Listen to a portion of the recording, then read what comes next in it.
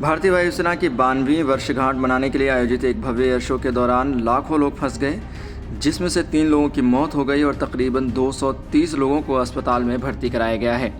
एक वरिष्ठ पुलिस अधिकारी ने बताया कि उनमें से एक की मौत तब हो चुकी थी जब उसे रोया पेटी सरकारी अस्पताल ले जाया जा रहा था।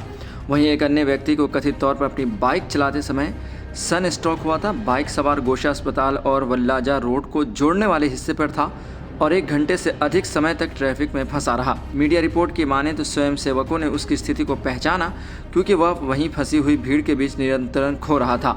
उसे बाइक से उतरने में मदद की गई। वहीं एक वरिष्ठ चिकित्सा अधिकारी ने बताया कि पोस्टमार्टम जांच के बाद ही हम मौत के कारण का सही पता लगा पाएंगे।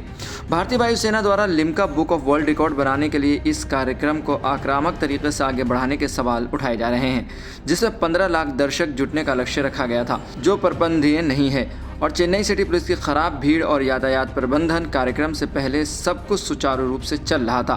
बड़े पैमाने पर यातायात डायवर्जन और पार्किंग नियमों के साथ, लेकिन सुबह 11 बजे निर्धारित एयर शो के करीब भीड़ इतनी अधिक हो गई कि मरीना बीच रोड के साथ एलिवेटेड MRTS रेलवे स्टेशन लोगों के समुद्र में बदल गए। कार्यक्रम के बाद जब पूरी भीड़ तितर बितर होने लगी तो अराजकता फैल गई। बीच रोड पर हर इंच जगह भरी हुई दिखी।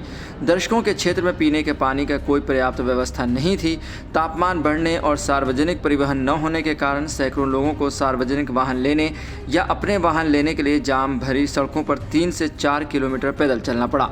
कई लोग, जिनमें बच्चे भी शामिल थे, थके हुए और निर्जलित होकर फुटपाथ पर बैठे हुए दिखाई दिए। कई लोग बेहोश हो गए, कई लोग थके हुए थे, उनकी कोई देखभाल करने वाला भी नहीं था। ज़मीन पर कोई प्रभावी पुलिस व्यवस्था न होने के कारण वाहन और दोपहिया वाहन बेतरतीब ढंग से दोनों तरफ घुस गए और ज़्यादातर सड़कों पर 2 घंटे से ज़्यादा समय तक फंसे रहे। वहीं कई पुलिसकर्मी अपने दोपहिया वाहनों पर वापस लौटने में व्यस्त थे, जो मूक दर्शक बन गए। उन्होंने न तो स्थिति को नियंत्रित किया और न ही फंसे हुए एम्बुलेंस की मदद के लिए हस्तक्षेप किया, जब तक कि लोगों ने हंगामा नहीं मचा दिया। सड़कों के किनारे पीने के पानी के स्टेशन नहीं थे। इन हिस्सों में ज़्यादातर खाने पीने की दुकानें बंद थीं और जो दुकानें खुली थीं उनमें पानी और शीतल पेय जल्द ही खत्म हो गए। अपने 2 बच्चों को लेकर आई एक मां ने कहा कि राज्य सरकार ने हमें निराश किया है। आयोजन स्थल या सड़कों पर कोई उचित व्यवस्था नहीं थी।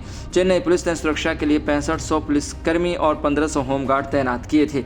यह स्पष्ट नहीं है कि तमिलनाडु सरकार, जिसकी संस्कृति सुरक्षा चिंताओं का हवाला देते हुए सामूहिक समारोहों पर आपत्ति जताने की है, ने वायुसेना से अपनी चिंता व्यक्त की थी या नहीं और शो को बढ़ा चढ़ाकर पेश न करने की सलाह दी थी। स्वास्थ्य मंत्री माननीय सुब्रमण्यम ने एक बयान में कहा कि राज्य के मुख्य सचिव ने भारतीय वायुसेना के साथ समन्वय बैठक की अध्यक्षता की थी और अन्य अधिकारियों ने कई बैठकें की थी।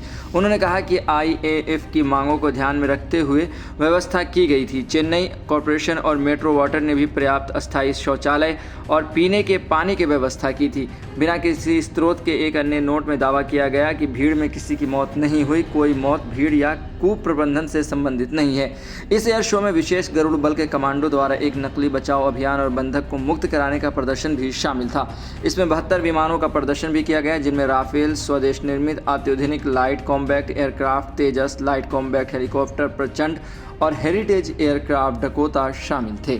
फिलहाल आप ऐसी खबरों के लिए देखते रहें सहारा समय का समय डिजिटल।